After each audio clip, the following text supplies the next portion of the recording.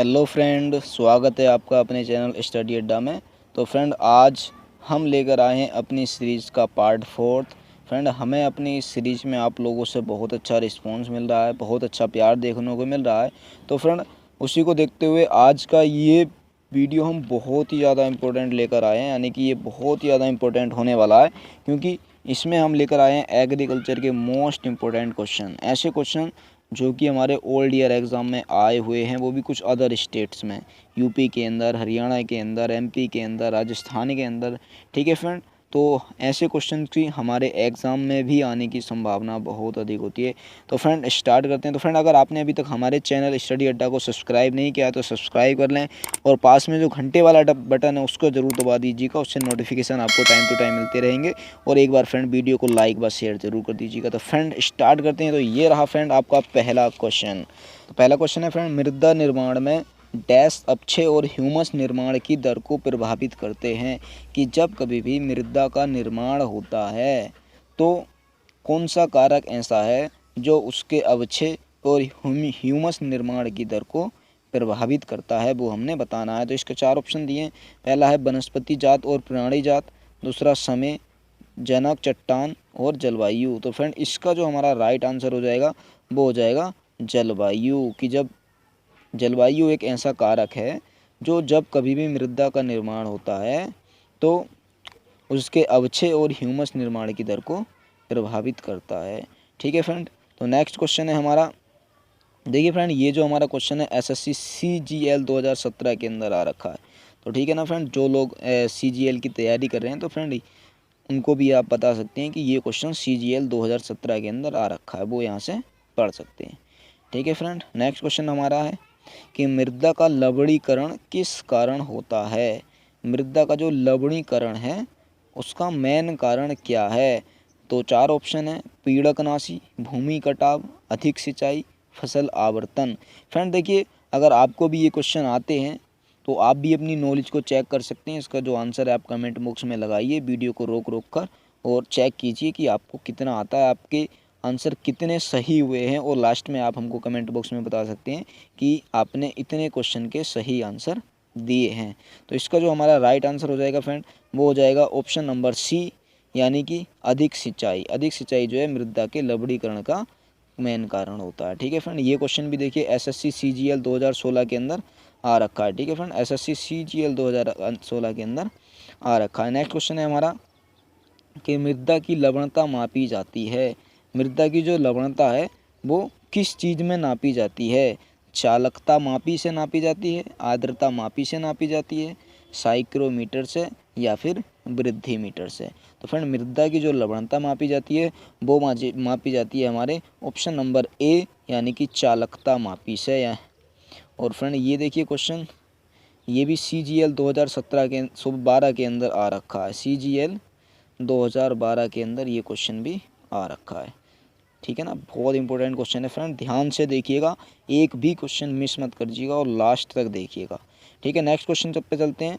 तो next question है हमारा, निम्नलिखित राज्यों में से किसमें भारत की सबसे बड़ी अंतर्देशीय लवणीय आर्द्र भूमि है।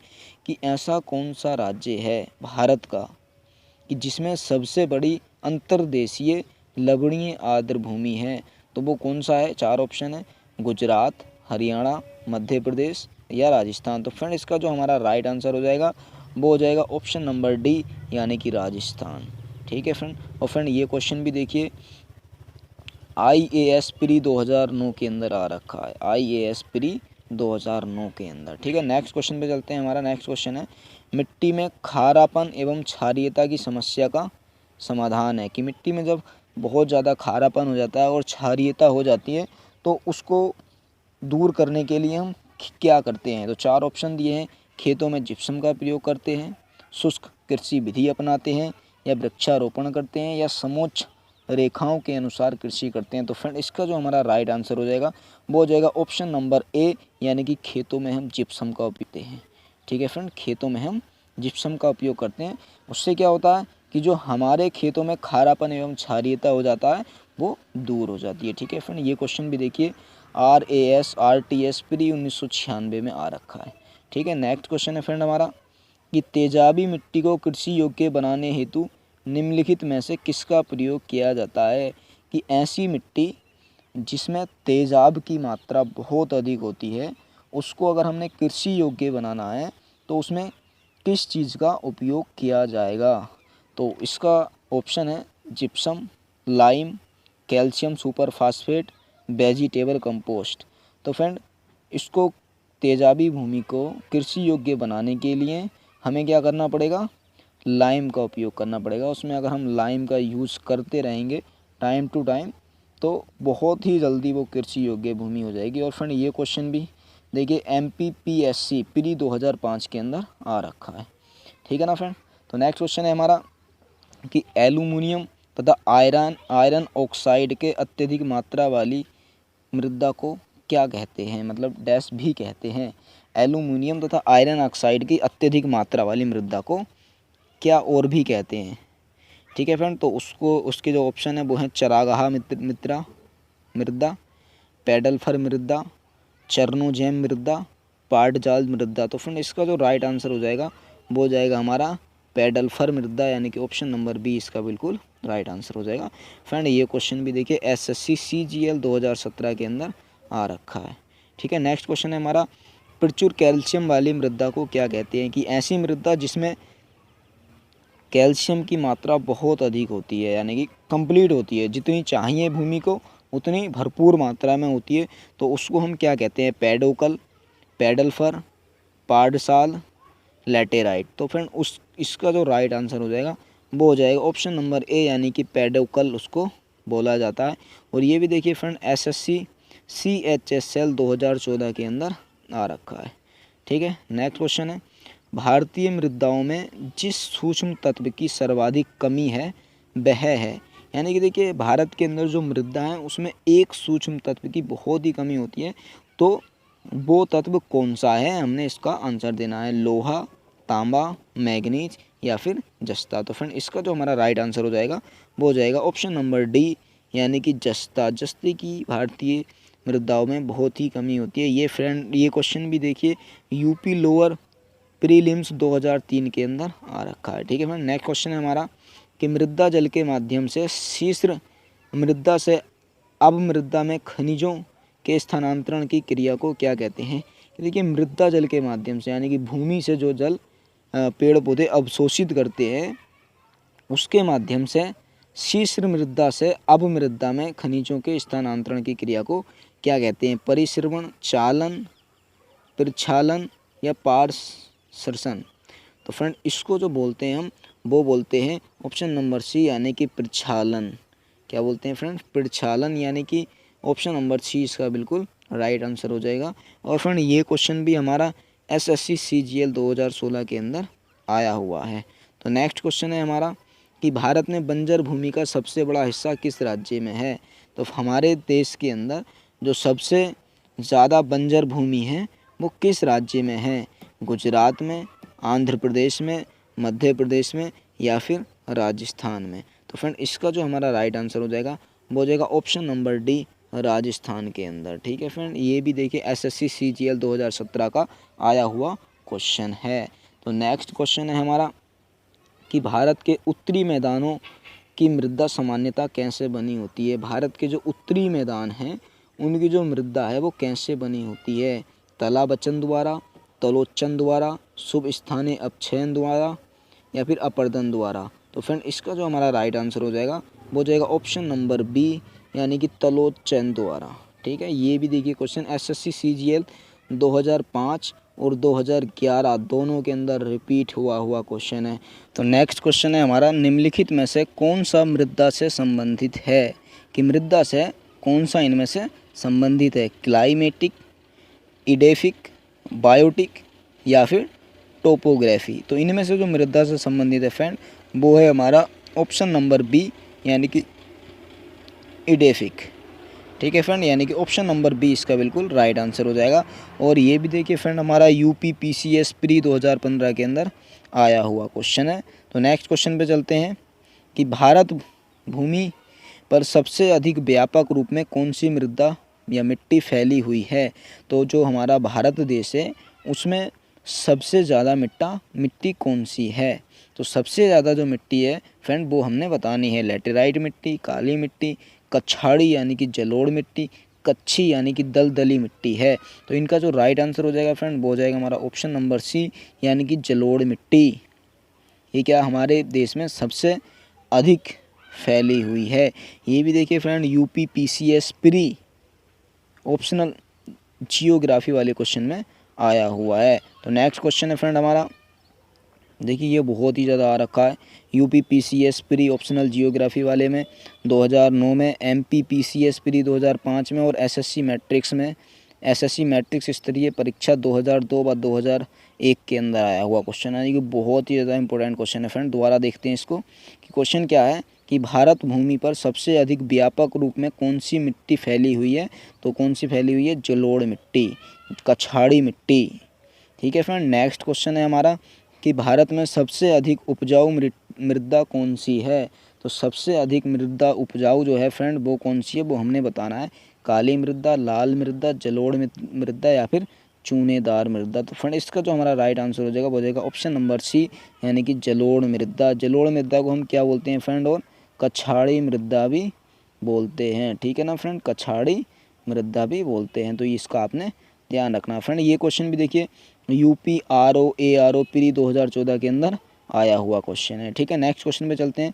कौन सी मिट्टियों में सैकड़ों वर्षों से कृषि कार्य बिना अधिक खाद दिए हुए चलता है। यानी कि क्वेश्चन कहना क्या चाहता है कि कौन सी मिट्टियां हैं जिनमें सैकड़ों वर्षों से बिना कृषि कार्य यानी कि उनमें कोई भी कृषि कार्य नहीं हो रहा है तो वो अधिक खाद दिए हुए चलता है, यानी कि उनमें खाद लगाने की ज़रूरत नहीं रहती है। ऐसी कौन सी मिट्टी है जिनमें हम कृषि कार्य करते रहें फिर भी उनको खाद लगाने की ज़रूरत ना पड़े, यानी कि उसमें खाद भरपूर मात्रा में हो। तो फ्रेंड ऐसी मिट्टी कौन सी है, तो ऑप्शन दिए हैं कछाड़ी यानी कि जलोढ़ और लैटेराइट मिट्टियाँ, लाल और लैटेराइट मिट्टियाँ, काली और कछाड़ी मिट्टियाँ, लैटेराइट और काली मिट्टियाँ। तो फ्रेंड इसका जो हमारा राइट आंसर हो जाएगा वो हो जाएगा ऑप्शन नंबर सी यानी कि काली और कछाड़ी मिट्टियाँ। इनमें क्या होता है फ्रेंड, पोषक जो तत्व होते हैं भरपूर मात्रा में होते हैं और लंबे समय तक बने रहते हैं, इसलिए इनमें